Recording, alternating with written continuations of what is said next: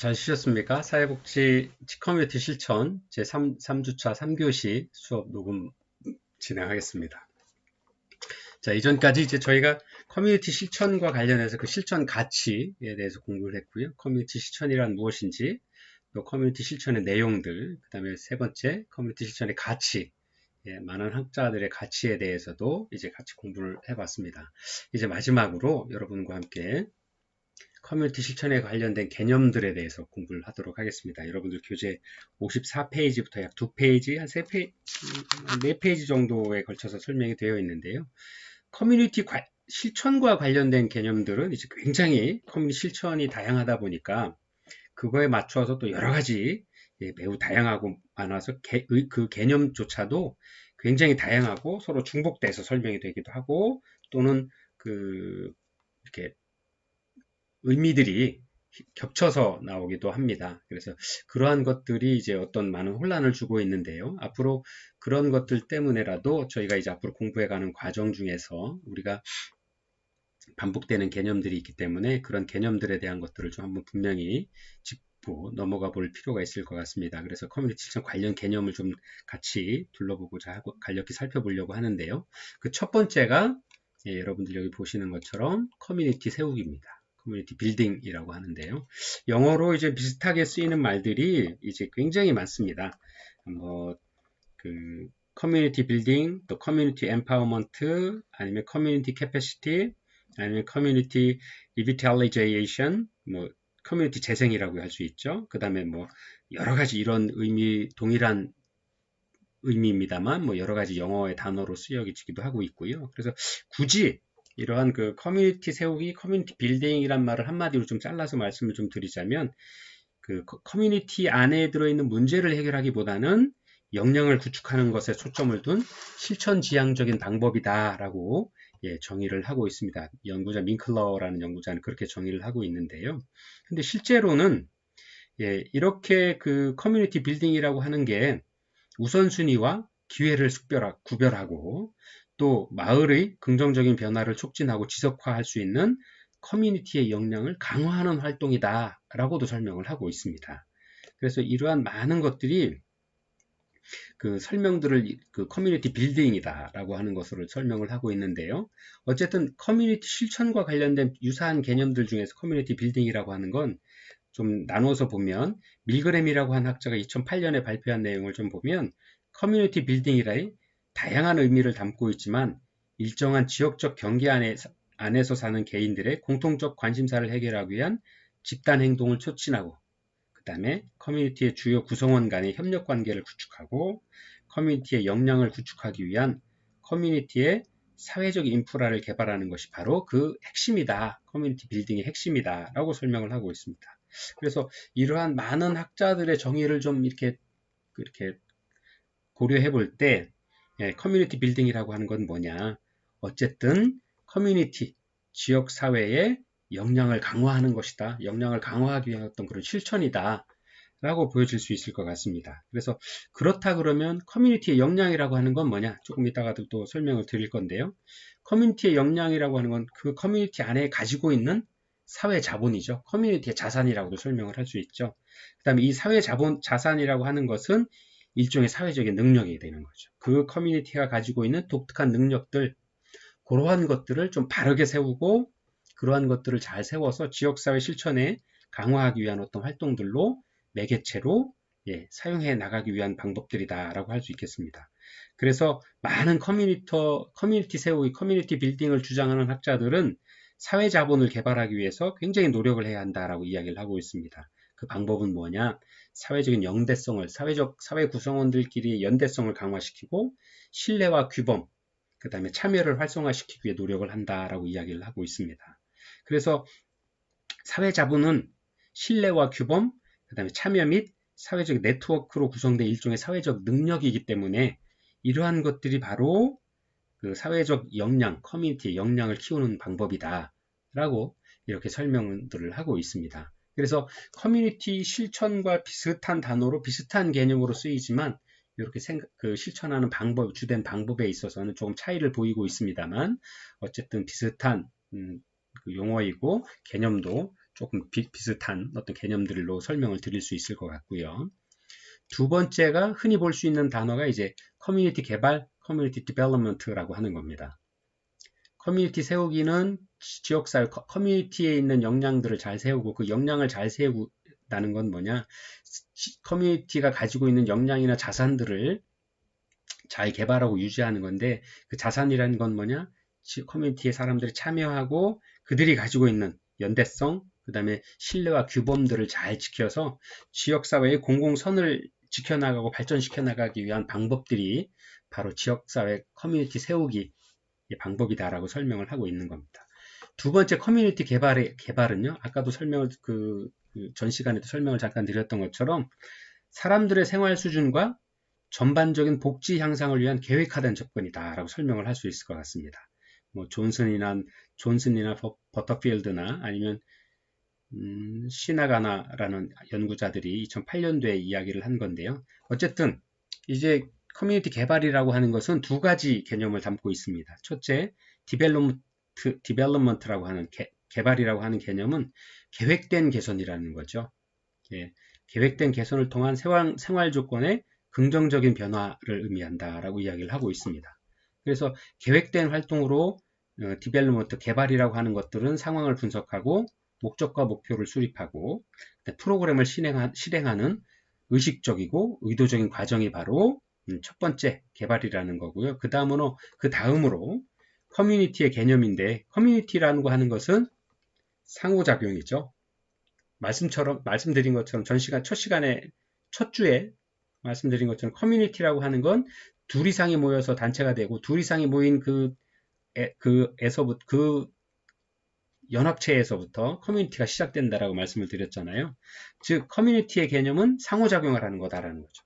그 다음에 둘 이상 모여 있기 때문에 아니면 작은 커뮤니티들이 모여서 또 다른 커뮤니티를 만들어낸다라고 개인이 참여하고 또 국가가 참여하고 또 그러한 많은 그 안에 포함되어 있는 지역적인 특성과 아니면 공통의 관심사 아니면 어떤 공통의 업무를 하는 사람들끼리 어떤 모임들 이런 많은 모임들이 바로 커뮤니티를 만들어낸다라고 말씀을 드렸던 거고 그 커뮤니티의 가장 기본은 상호작용이죠.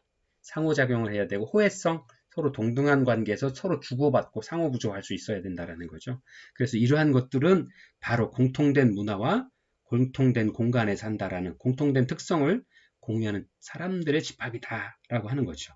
그래서 공간적 혹은 지리적 기반 혹은 이해 기반에 대한 커뮤니티로 나누어질 수 있다라는 겁니다. 그래서 이 두 가지가 합쳐진 게 커뮤니티 디벨롭먼트다라고 이야기를 하고 있는 겁니다. 그래서 계획적으로 많은 그 이해적인 기반이나 지리적인 기반을 가지고 모여 있는 커뮤니티가 일정한 계획을 세우고 그 계획에 맞춰서 지역사회를 발전하기 위한 방법들을 찾아가는 것, 긍정적인 변화를 유도해 나가는 것, 이것이 바로 커뮤니티 개발이다라고 이야기를 하고 있습니다. 그래서 캠펜스라고 하는 그 학자는 핵심 커뮤니티 개발의 핵심 가치와 원칙으로 커뮤니티의 참여, 그다음 커뮤니티의 통합, 그다음에 자조 개발, 또 커뮤니티의 역량 구축 이 네 가지 사항들이 반드시 이루어져야 된다라고 주장을 해오고 있었던 겁니다.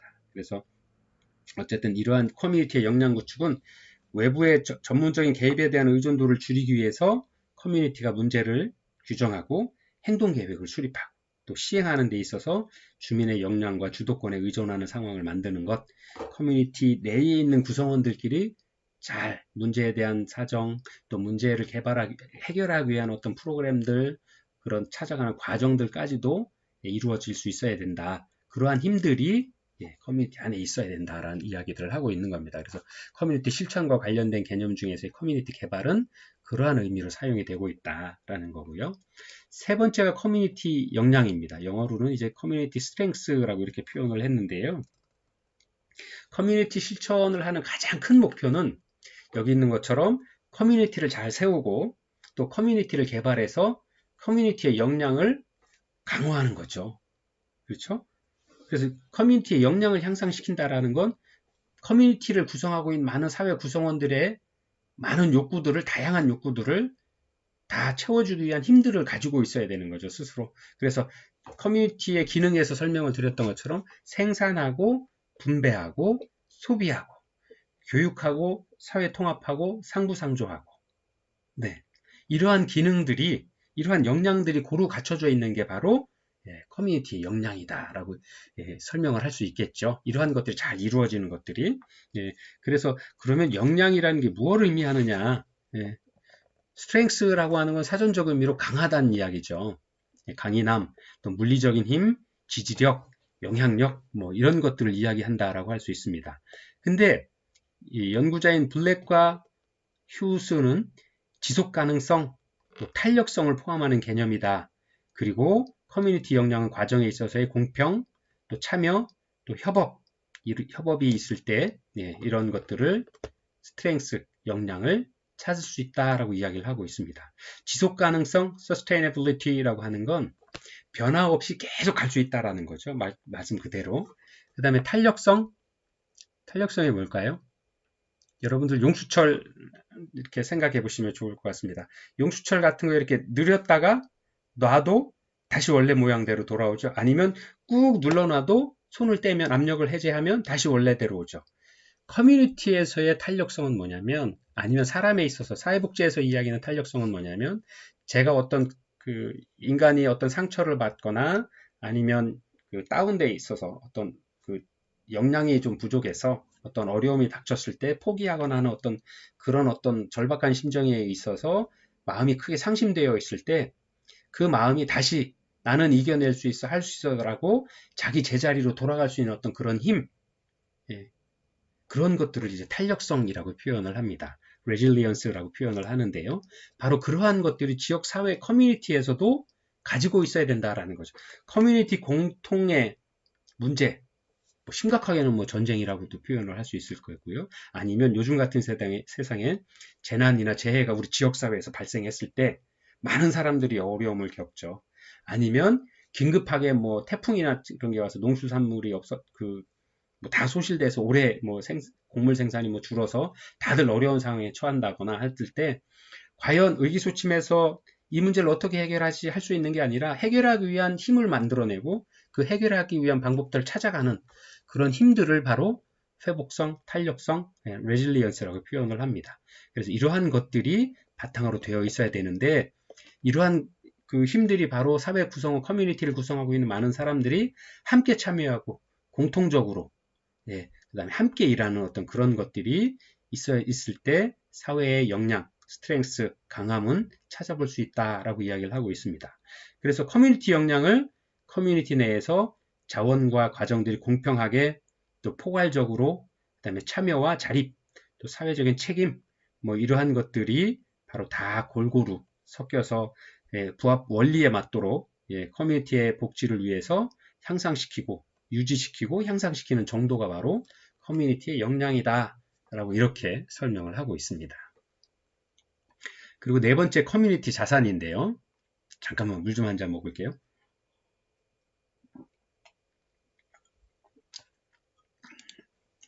커뮤니티의 자산인데요. 자산 여러분들 하시는 에셋이라고 하는 게 재산이나 자산이라고 해요. 금전적인 부분들이죠. 이렇게 예를 들어서 제가 요즘 우리나라의 주식이 한참 열기가 뜨거운데요. 예를 들어 주식도 제 에셋 자산이 될 수 있겠죠. 그 다음에 현금 유동자산, 부동자산, 부동산, 이런 것들이 다 저의 자산이죠. 근데 꼭 그런 눈으로 보이는 것 뿐만 아니라 제가 공부해서 스스로의 마음속에 역량을 쌓아놓은 것, 이것도 자산이죠. 그 다음에 제가 사회생활을 하면서 여러 가지 슬픈 일, 아니면 고난을 겪었거나 아니면 실패했던 일, 어떤 그 일을 하면서 갈등 상황에 겪으면서 인간관계에서 가져왔던 많은 어떤 경험들도 자산이 될 수 있는 거죠. 사람한테는 그렇게 자산이 될 수 있죠. 근데 과연 우리가 그 커뮤니티, 우리 지역사회에서의 자산은 뭐를 의미할까요? 커뮤니티의 자산 혹은 자원은 공동체 삶을, 커뮤니티 구성원들의 삶을, 지역사회의 삶을, 커뮤니티의 삶을 질을 향상시키는 데 굉장히 중요하죠. 그래서 이 커뮤니티 자산을 UCLA 대학의 건강정책연구소에서는 이렇게 이야기를 했습니다. 첫 번째, 여러분들 교재 56페이지를 보시면 나오는데요. 커뮤니티 구성원들의 능력이 바로 커뮤니티의 자산이다 라고 이야기를 하고 있습니다.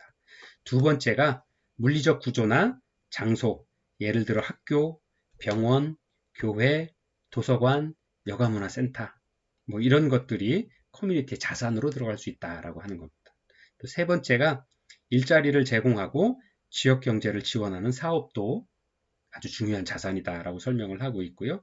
네 번째 시민협회, 예를 들어서 부모교사협회, 마을감시단 뭐 이런 것들이 사회 커뮤니티에서는 중요한 자산이다. 또 마지막으로 다섯 번째 지역의 민간, 공공 및 비영리 기관 또는 혹은 그런 조직들 이러한 것들이 바로 지역사회의 커뮤니티의 자산이다 라고 이야기를 하고 있는 겁니다. 또 비교해보면 아까 제가 잠깐 비교해서 설명드린 것처럼 개인의 자산이나 우리가 많은 저도 사회의 커뮤니티의 구성원으로서 저 같은 많은 구성원들이 모여서 커뮤니티를 만드는 거고 저하고 여러분들이 모여서 커뮤니티를 만든 거고 각자가 가진 자산들이 또 지역사회의 자산이 되는 거죠. 거기에다가 우리가 살아가면서 우리가 필요에 의해서 만들어 놓은 사회복지기관, 학교, 교회, 여가시설, 공원 이러한 모든 것들, 그 다음에 빌딩들 이러한 모든 것들이 다 커뮤니티의 자산으로 들어올 수 있다라는 겁니다. 자, 그 다음에 그렇게 이해를 하시면 되고요. 마지막으로 다섯 번째 사회적인 돌봄, 또 커뮤니티 케어라고 이야기를 하고 있는데요. 여기서 이제 조금 굉장히 중요한 부분들을 좀 많이 설명을 해드려야 될 것 같아요. 여러분들 한번 그 1학년 동안 공부하신 것도 한번 같이 좀 보면 생각을 해보시면서 이해를 하시면 좋을 것 같은데요. 사회적인 돌봄, 커뮤니티 케어 뭐 비슷한 말로도 들릴 수 있을 것 같습니다. 지금은 우리가 이전에 그 문제가 생겼으면 저한테 개인적인 어떤 문제가 질병이 걸렸거나 우리 가족이 어떤 아픔을 겪거나 어떤 하면 거의 모든 것이 저희 가정의 책임이거나 저의 책임이었죠. 그래서 스스로 자기 보호를 굉장히 중요하게 생각을 했었습니다.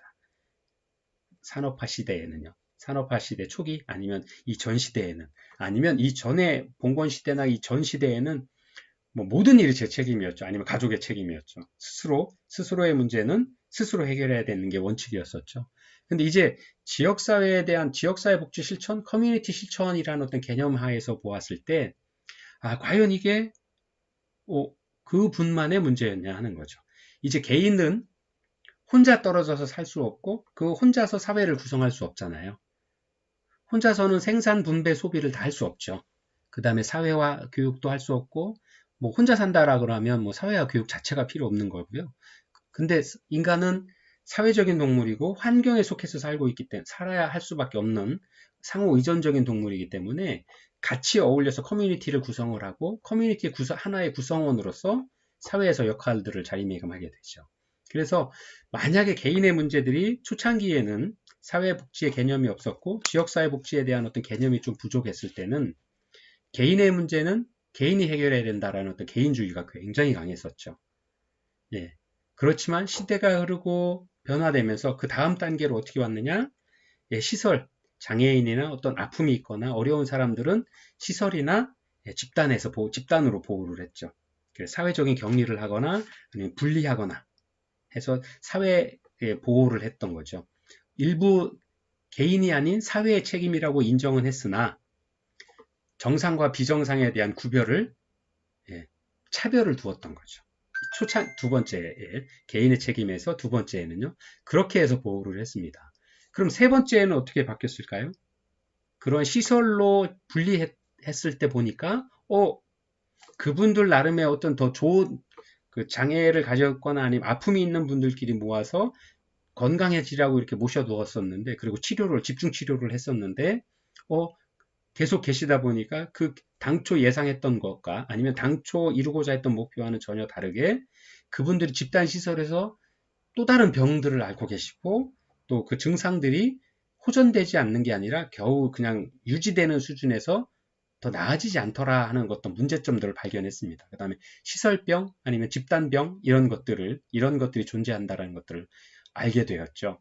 그래서 그분들을 우리가 이야기하는 탈시설화 작업들을 거치게 되죠. 그래서 처음에 개별보호, 자가보호에서 시설 집단보호로 가게 되고 시설 집단보호에서 이제 탈시설화하는 작업들을 하게 됩니다. 그래서 이때 나오는 개념들이 정상화, normalizing, 아니면 탈시설화라는 말로 우리가 공부를 하셨던 걸 기억을 해내실 수 있을 겁니다.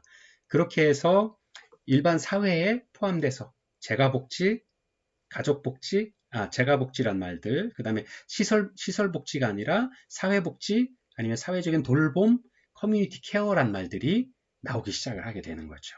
그래서 커뮤니티 실천에 비슷한 관련된 개념 중에서 이러한 과정들을 거쳐서 역사적인 흐름들을 거쳐서 사회적인 돌봄, 커뮤니티 케어라는 이야기들이 나오기 시작을 하게 된 겁니다. 그래서 탈시설을 하게 되면서 지역사회에서 커뮤니티 내에서 커뮤니티 보호를 하게 되는 거죠. 커뮤니티 케어를 하게 되는 거죠. 왜? 그분들도 아픔이 있거나 어떤 슬픔을 가지고 계신 분이지만 우리 사회의 구성원이고 우리 사회의 구성원이기 때문에 우리 사회에서 보호하고 그 사람들 그 커뮤니티의 구성원인 그분들이 지역사회에서 그분들 나름의 역량을 가지고 행복하게 웰빙하게 삶을 유지해가는 게 인간적인 삶이 될 수 있다. 그런 보호를 당연히 사회에서 혜택을 제공해야 되고 그것이 바로 우리가 이야기하는 복지사회다. 그래서 사회적인 돌봄이 필요하다. 커뮤니티 케어의 준비가 필요하다라고 이야기를 하게 된 거죠. 그래서 탈시설화, 정상화가 이루어진 거고요. 그래서 그러한 것들이 바로 우리가 이야기하는 지금 커뮤니티 실천에서의 유사 개념, 사회적인 돌봄, 커뮤니티 케어가 발전하게 된 계기가 되었습니다. 그래서 지금은 그 다음 단계로 어떻게 하느냐? 국가에서 어떤 사회적인 케어들을 하거나 했던 부분들이 많았었는데요. 정책이나 국민건강보험이거나 아니면 여러 가지 어떤 정책들을 통해서 보건복지 서비스를 통해서 뭐 그런 것들을 해왔다라 그러면 현대사회에서는 국가에서 하는 일 아니면 공공기관에서 하는 제공하는 서비스들이 법이나 제도에 한계가 있기 때문에 클라이언트가 원하는 다양한 서비스를 줄 수 없고 왜냐하면 공공기관은 많이 경직되어 있을 수밖에 없잖아요. 외부의 감사도 받아야 되고 아니면 법에 저촉되거나 하는 일은 할 수 없고 아니면 우리가 흔히 이야기하는 융통성이 많이 부족하죠.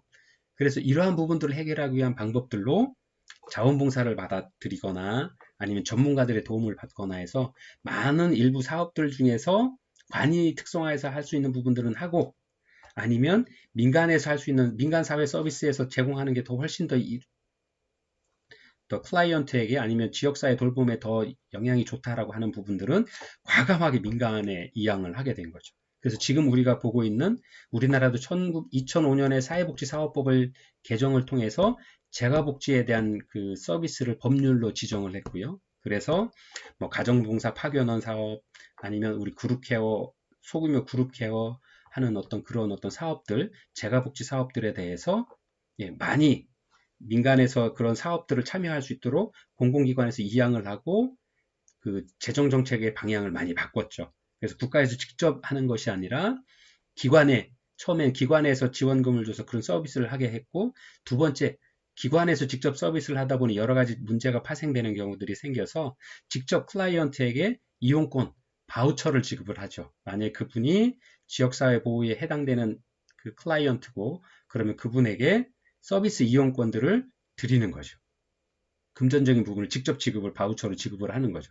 그래서 그 바우처를 가지신 분이 민간에 개방된 많은 사회복지 서비스 기관들의 재가복지 기관들의 선택해서 우리 집에서 저 기관이 가깝고 뭐 말씀도 들어보니 저 기관에 계신 분들이 전문가고 서비스의 질도 우수해서 나는 A, B, C라는 기관 중에 우리 지역사회에는 A, B, C라는 기관 중에서 B라는 기관으로 바우처를 제출을 하고 나는 이런 서비스를 신청합니다 하면 그 기관에서 그분이 계신 지역사회 보호를 위해서 그분이 계신 곳에 찾아가서 바우처에 있는 서비스들을 제공을 하는 이런 형태로 이런 사회적인 돌봄과 커뮤니티 케어의 형태로 변경되고 점점 더 지속 가능하게 발전하고 변화가 되어 온 거죠.